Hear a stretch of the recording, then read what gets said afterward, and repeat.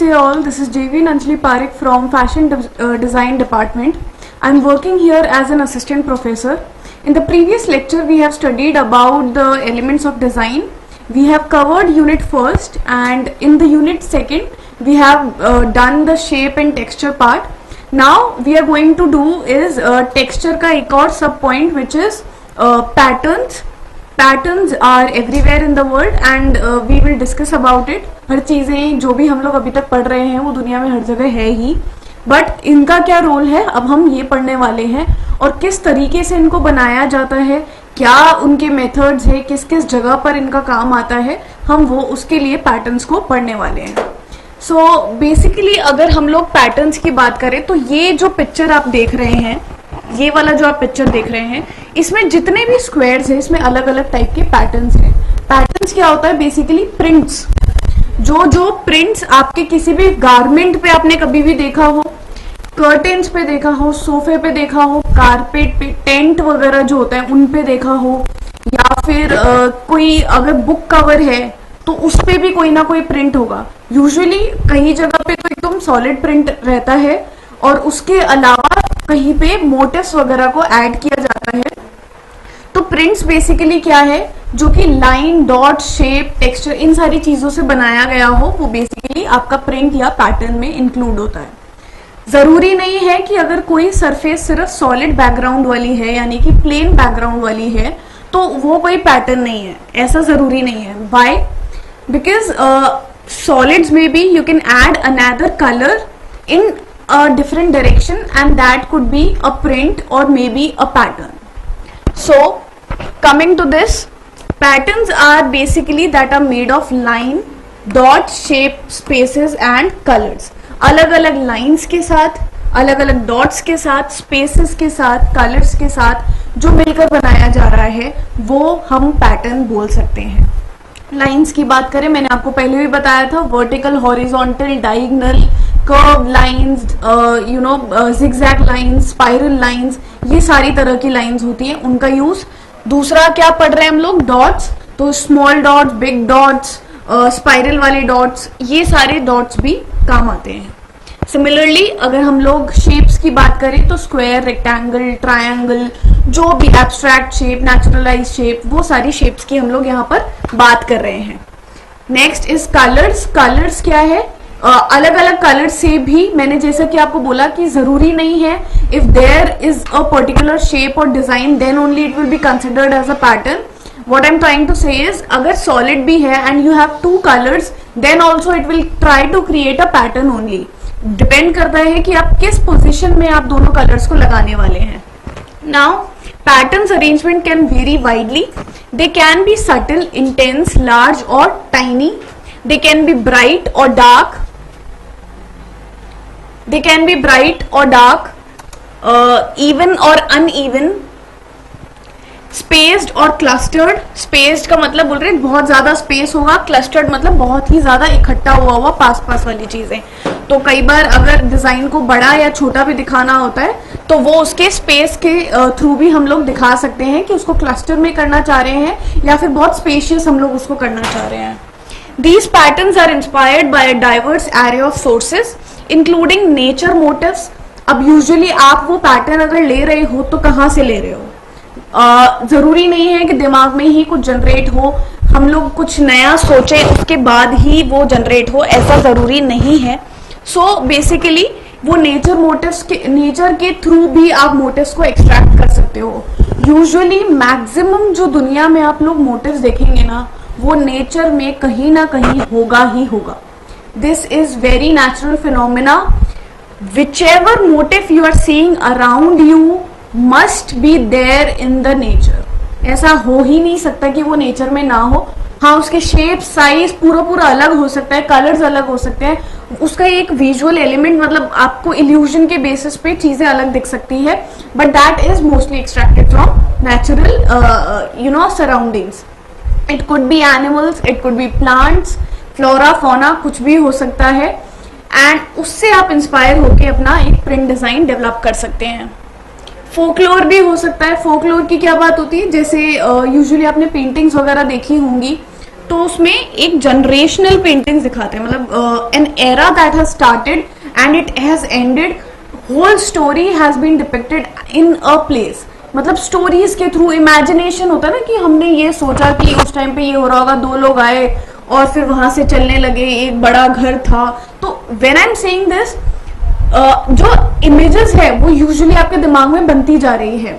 When I'm speaking my words, when I'm speaking my sentences, when I'm trying to tell you what I'm saying, so तब तक क्या हो रहा है, जैसे जैसे मैं कोई चीज बोल रही हूँ, किसी ऑब्जेक्ट का नाम ले रही हूँ, your brain is generating a picture of the same, and उसके बेसिस पे आप लोग समझ पा रहे हैं कि हाँ क्या क्या विजुअल हो सकता है। हर किसी का ड्राइंग वगैरह, मतलब एक विजुअल जो दिमाग में आ रहा है कुड बी चेंज्ड, बट सबके आएगा तो सही।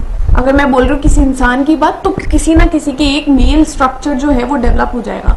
तो मतलब स्टोरीज के थ्रू, फोकलोर के थ्रू भी आप मोटिव्स को जनरेट कर सकते हैं। स्पेशली रामायण और महाभारत जो हमारे हिंदू ग्रंथ वगैरह में लिखा गया है, उसमें जो कंटेंट है उसको भी गारमेंट्स पे या फिर अलग अलग पेंटिंग्स पे भी दर्शाया जाता है, which is a very important part of our culture also. So वहां से भी मोटिव्स डिराइव करे जाते हैं। अब अगर आपने कभी सुना हो कि पेजली या कैरी, कैरी बेसिकली आम का जो आम यानी मैंगो, बेसिकली ये मैंगो का जो शेप है, उसका शेप कैसा होता है, हमेशा ऐसे नीचे यूं और फिर कुछ नीचे निकलता हुआ, तो उससे डिराइव हुआ था मैंगो का शेप। वैसे ही जो पान का पत्ता होता है उससे भी एक मोटिव बनाया जाता है, इसको पान का बूटा भी बोलते हैं हम लोग। सो मतलब आसपास की जो भी चीजें दिखी ना, उससे रिलेटेड लोगों ने मोटिव डेवलप किए। आप लोग देखें तो वो आर्किटेक्चरल, मतलब ये तो मैंने बात कर ली आपसे फ्रूट्स वगैरह की, तो मैंने क्या बोला कि वो फ्लोरा भी हो सकता है, फौनास भी हो सकता है, आर्किटेक्चरल मॉन्यूमेंट भी हो सकते हैं।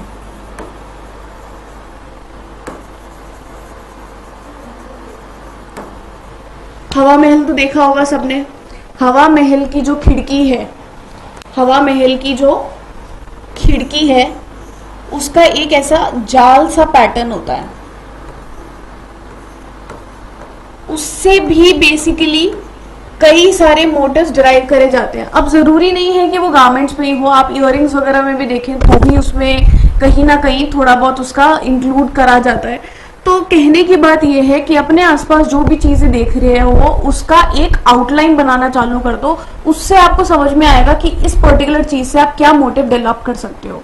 अपनी अगर कोई नई थीम निकालनी होती है या फिर अपना कुछ भी अगर कैरेक्टरिस्टिक्स हम लोग डिफरेंट करना चाहते हैं, तो अपने आसपास की चीजों को विजुअलाइज करें, उसका एक आउटलाइन स्केच तैयार करें, उसके बाद देखें कि आपके वाले डिजाइन में आप उसको कैसे इंटरप्रेट कर सकते हो, कैसे उसको इंडल्ज कर सकते हो, और उसके बाद में डेफिनेटली आपका एक नया डिजाइन निकल कर आएगा। अभी आप ये लीफ का पैटर्न देख रहे हो, लीव्स बहुत तरह की होती है, जरूरी नहीं है एक ही लीफ का हम लोग कंसिडर करें, इसके अलावा भी कई टाइप की लीव्स होती हैं, उनको भी हम लोग इंक्लूड कर सकते हैं। अब इन्होंने मान लो इनका जो प्लेसमेंट है एक तरह से रखा है, प्लेसमेंट दूसरा चेंज करके भी आप नया डिजाइन बना सकते हैं। ये वर्टिकल हॉरिजॉन्टल लाइंस है, इसको वर्टिकल भी शिफ्ट कर सकते हैं, डायगोनल भी शिफ्ट कर सकते हैं, उससे भी एक नया इल्यूजन क्रिएट करा जा सकता है। सिमिलरली आप यहाँ पर देखें, एब्स्ट्रैक्ट बैकग्राउंड दे दिया, शेप्स दे दी, उसके ऊपर लीव्स का प्लेसमेंट कर दिया, तो इससे भी एक हमारे को नया पैटर्न मिल गया। आजकल गिफ्ट रैपिंग के लिए भी जो आपका वो बहुत शाइनी सा एक पेपर आता था, उसकी जगह पे भी आप देखेंगे आजकल अलग अलग शेप्स पैटर्न्स के कवर्स आने लग गए हैं, which makes a product look more fancy and aesthetic.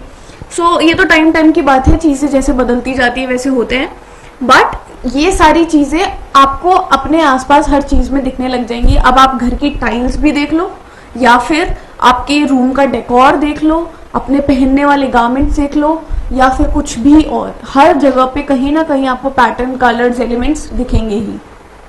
Then usually history architecture का, जैसे मैंने आपको बताया कि वो उससे भी होता है, वॉलपेपर से होता है, कार्टून्स वगैरह जो है हमारा, उसको भी आप ले सकते हो। कार्टून्स और उसकी बात हमने इसलिए करी है कि यूजुअली किड्स वेयर में हम लोग जो चीज़ें या फिर जो प्रिंट हम लोग डेवलप करते हैं that is mostly based on cartoon structure, ठीक है, क्योंकि बच्चों को कार्टून ज़्यादा पसंद होते हैं, तो इसलिए उनके ड्रेसेस में भी उसको कहीं ना कहीं इम्प्लीमेंट किया जाता है। अब हम बात करें तो there are different type of patterns की अलग अलग फॉर्म्स, जैसे मैंने बताया आपको लाइन शेप उन सबसे, तो वैसे ही कुछ अलग अलग पैटर्न्स भी होते हैं। अगर हम लोग बात करें ज्योमेट्रिक पैटर्न की, ये बेसिकली फिक्स्ड लाइंस हैं, या तो सर्कल, ट्राइंगल, स्क्वायर, रेक्टेंगल, ये सारे शेप्स के थ्रू इनकी अलग अलग प्लेसमेंट और अलग अलग कलर्स के थ्रू में आप एक प्रिंट डेवलप कर सकते हैं। सिमिलरली ये वाली एक लाइन है, ये भी आपको दिख रहा होगा। So these are the examples of geometric patterns. Usually आपको ये मेंस शर्टिंग में भी बहुत ज्यादा दिखेगा, एंड इसके अलावा विमेन क्लोथिंग में भी होता है, ऑलमोस्ट हर जगह है, बट ज्यादातर आपको यहाँ पर देखने को मिलेगा।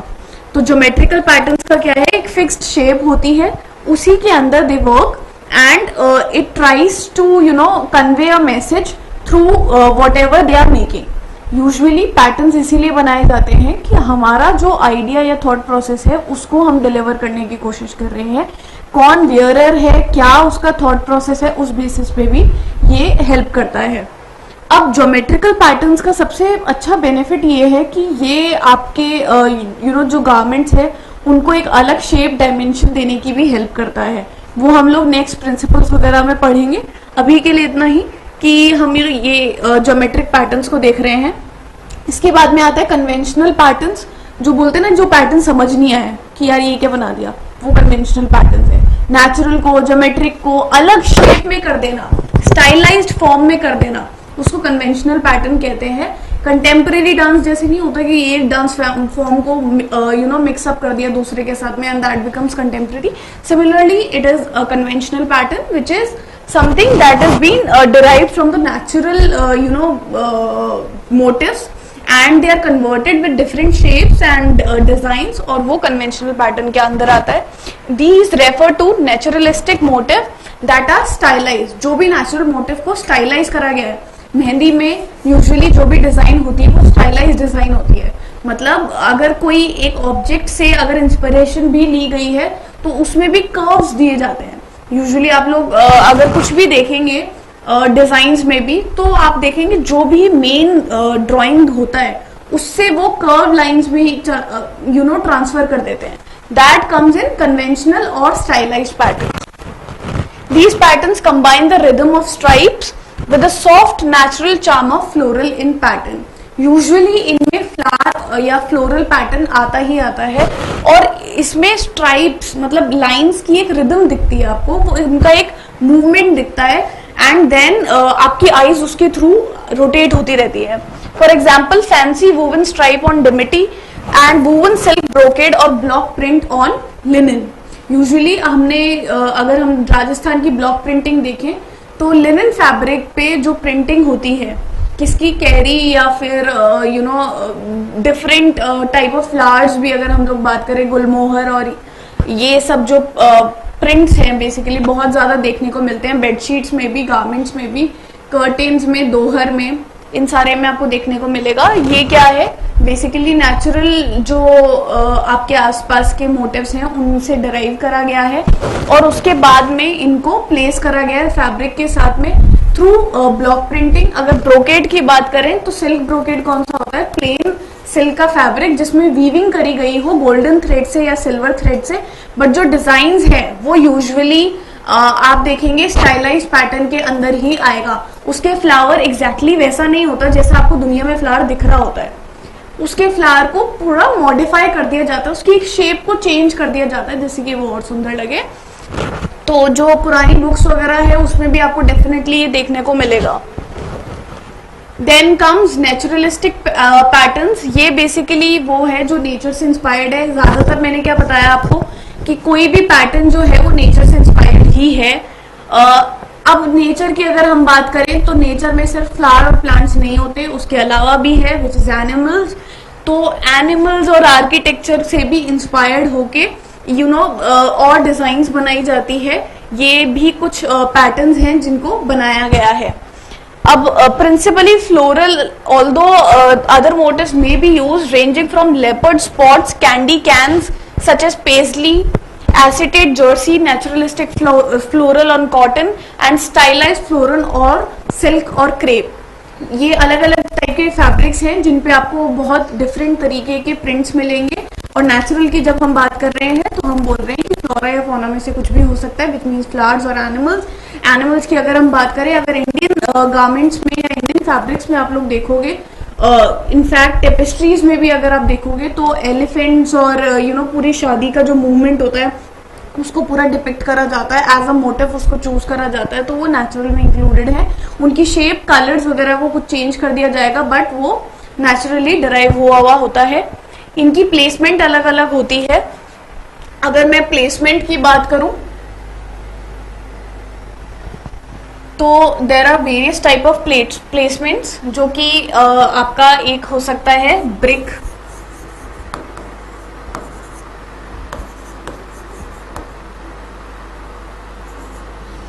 ब्रिक में क्या है, एक ऑब्जेक्ट है.